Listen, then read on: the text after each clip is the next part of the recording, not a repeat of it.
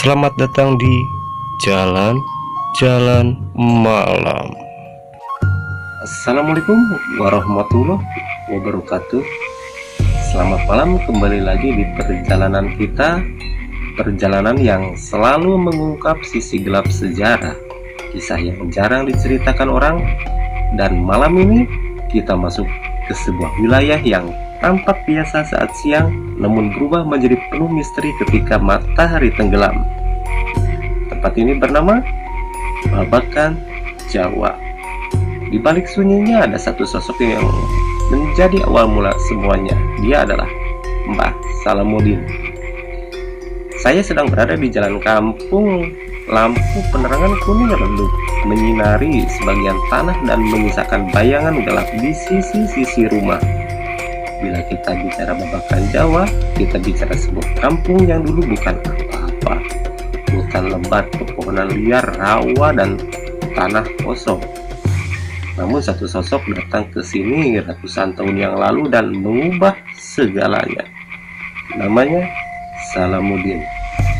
Tokoh yang bagi banyak warga dianggap sebagai perintis, ulama sekaligus pelindung dari kampung ini. Tapi siapa sebenarnya beliau? Pertanyaan itu membawa kita semakin jauh ke dalam malam ini. Cerita para sesepuh mengatakan Salamuddin datang bukan dari tanah Sunda. Ia berasal dari wilayah timur, dari keturunan bangsawan dan ulama Jawa. Disebut masih memiliki garis dengan tokoh-tokoh Demak. Tapi ia bukan datang sebagai pelarian, bukan pula sebagai penakluk. Ia datang untuk misi besar, menyebarkan ilmu dan membangun pemukiman baru.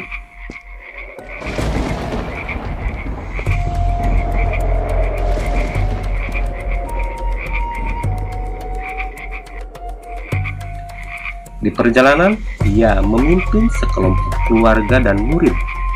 Mereka berjalan jauh melewati hutan, lembah, dan sungai. Sampai akhirnya mereka tiba di tanah ini.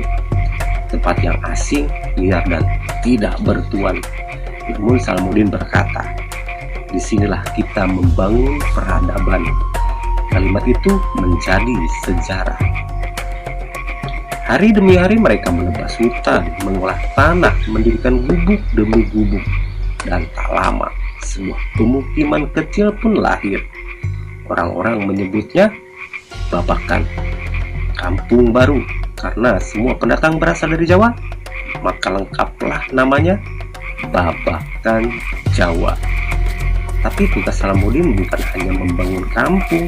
Ia mengajarkan agama, menuntun masyarakat, mengobati yang sakit, menengahi perselisihan. Nama Salamuddin mulai dikenal bukan sebagai orang kuat, bukan sebagai penguasa, tapi sebagai orang yang membimbing dengan ilmu dan akhlak. Dan itu membuatnya dihormati, bahkan juga disegani. Setiap perubahan selalu pasti ada penolakan. Di masa itu kepercayaan lama masih kuat.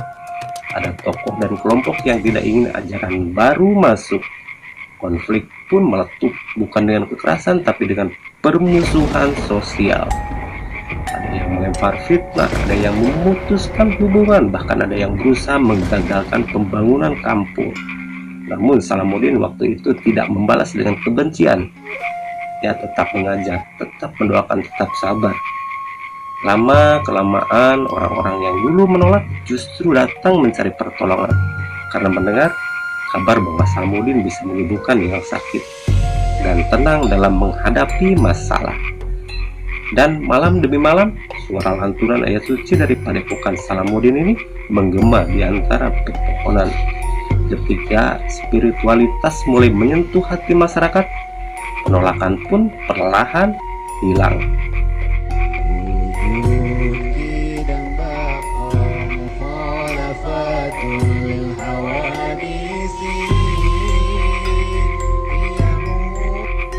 Ada satu hal menarik tentang Mbah Salamuddin ini. Meskipun dihormati, ia tidak pernah mengizinkan dirinya dipanggil dengan gelar. Ia hanya ingin disebut Salamuddin. Namun masyarakat melihat dirinya lebih dari itu. Mereka menyebutnya guru, ada yang memanggil kiai, bahkan sebagian menyebutnya wali. Kesederhanaannya luar biasa. Ia makan bersama rakyat, tidur dengan alas apa adanya, dan tak pernah minta imbalan dari ilmu yang ia berikan. Kekuasaannya bukan dari jabatan, tapi dari karisma dan ketulusan. Dan itulah yang membuat kisahnya terus hidup.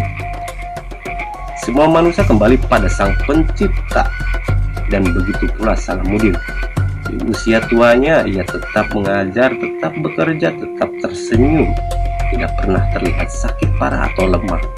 Sampai pada suatu malam, setelah mengajar, ia berkata kepada muridnya, "Aku sudah selesai, aku ingin pulang."